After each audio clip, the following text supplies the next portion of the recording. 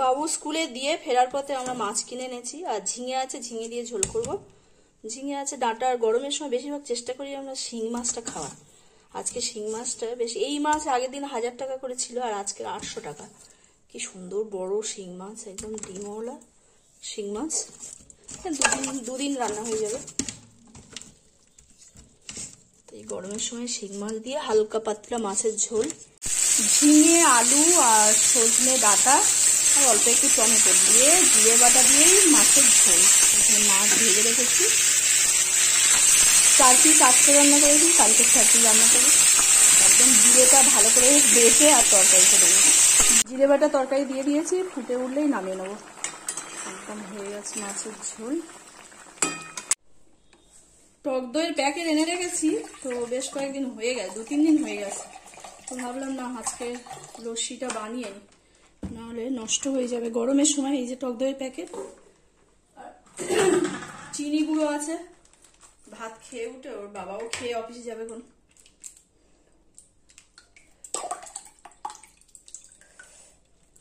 মা জলটা কি বেশি পড়লো খানিকটা। চিনি গুঁড়ো করেছিলাম কেক বানানোর জন্য, চিনি গুঁড়ো ছিল।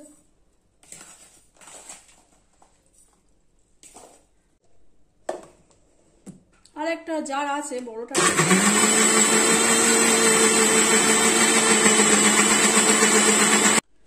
লস্যিটা গ্লাসে করে নিয়ে আর ফ্রিজে রেখে দেবো। তো ভাত খেয়ে উঠে আর খেয়ে যাবে এখন অফিসে বেরোনোর আগে খেয়ে নেবে, ওই জন্য দিয়ে দিলাম। কারণ রাত্রে বিট নুনটা দিয়ে মিক্স করে নিলাম।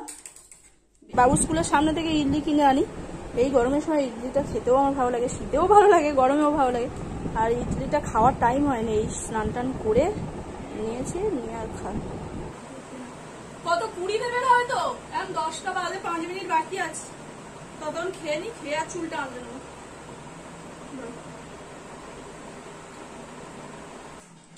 লস্যিটা ভাবলাম খেয়ে আর বের হই।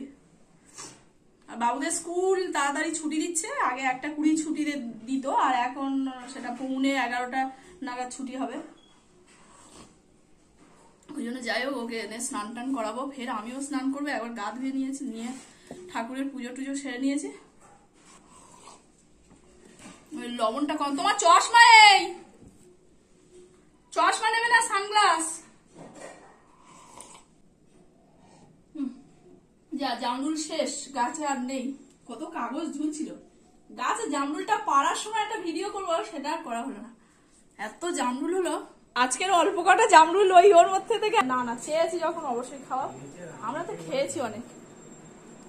বাড়িতে ঢুকলাম আর কারেন্টটা নেই। এই রোদ থেকে এসে আর কারেন্টটা না থাকলে বাড়ি ঢোকার পরে কিছু কষ্ট লাগে বলার না। তো একটা সুবিধা হয়েছে, 10:50 ছুটি দিলে ওর একসঙ্গে গাড়িতে চলে গেলে 10:30টার মধ্যে বাড়িপুরে, এই 10:30টার মধ্যে স্টেশনে পৌঁছে যাব। এই চেল্লাবে না, লেবু রসটা খেয়ে সোজা উপরের ঘরে। ধরো আবার কান্নাকাটি করে, দাঁড়াও। সবসময় দাঁড়ানোর মুখটা মুছে দি দেখি। বাবু লেবু রসটা খেয়ে সোজা উপরে ঘরে, বেশি বিয়ারা করবে না, ঘুমাতে হবে। অনেকক্ষণ ফোন দেখেছো। আমি 6:30 বাজে, সন্ধ্যা দেওয়া হয়নি, তো একটু চাউমিন বানাচ্ছি। কদিন সন্ধ্যাবেলা টিফিন কিছু করিনি, কিনে আনা হতো। 2 রকম ক্যাপসিকাম ছিল, লাল সবুজ, আর তার সঙ্গে একটু আলু দিয়েছি, আর একটা গাজর ছিল।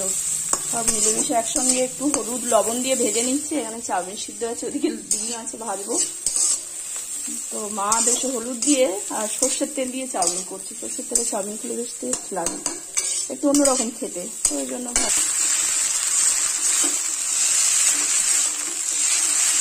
বাবা খাতার কিছু একটা লিস্ট দেবে।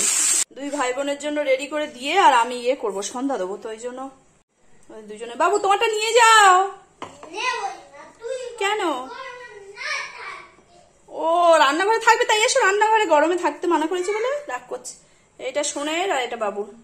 চাউমিন খাবো, কেক করে রেখেছিলাম পরশুদিন, কেক একটু খাবো। আর এটা ঝরঝরে করে সিমাইটা বানিয়েছিলাম কালকে, তো সিমাই ফ্রিজের মধ্যে ছিল, কালও কিছুটা খেয়েছি। এগুলো খেলে আর রাতে আর কিছু খাওয়া যাবে? আমি আর কিছু খাবো না, ওদের জন্য একটু ভাত করবো। এইসব খেয়ে নিলে আর খাওয়া। এই ঘরটা একটু বেশ ঠান্ডা আছে, আর সোনার এখন পরীক্ষা চলছে, ওর 24 তারিখে পরীক্ষা আছে। ওই জন্য ওর ঘরে আর এখন বলি ডিস্টার্ব করিস না দিদি, এখানে পড়ি। আর উপরের ঘরটা একটু গরম, ওই জন্য এখানে বস